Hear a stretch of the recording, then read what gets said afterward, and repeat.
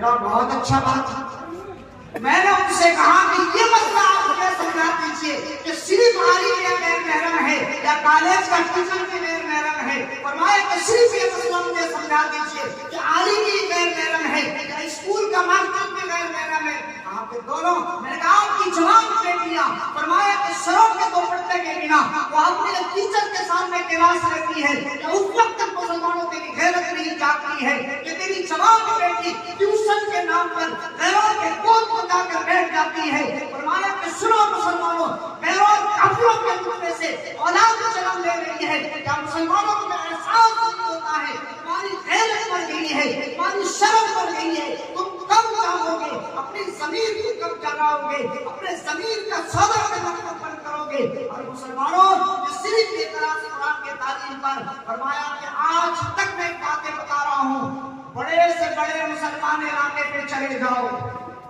آج تک مسلمانوں کو اسلامی اسکول نہیں ملے گا کہ جہاں پر میری مائیں اور بہنیں قرآن کی تعلیم کے ساتھ ساتھ دنیا کی تعلیم بھی حاصل کر سکے، جہاں اس اسکول کے ادارے کے چار دیواری میں میری مائیں اور بہنوں کی تحفظ کو دیا جا سکے، میری مائیں اور بہنوں کی عزت کی حفاظت ہو سکے۔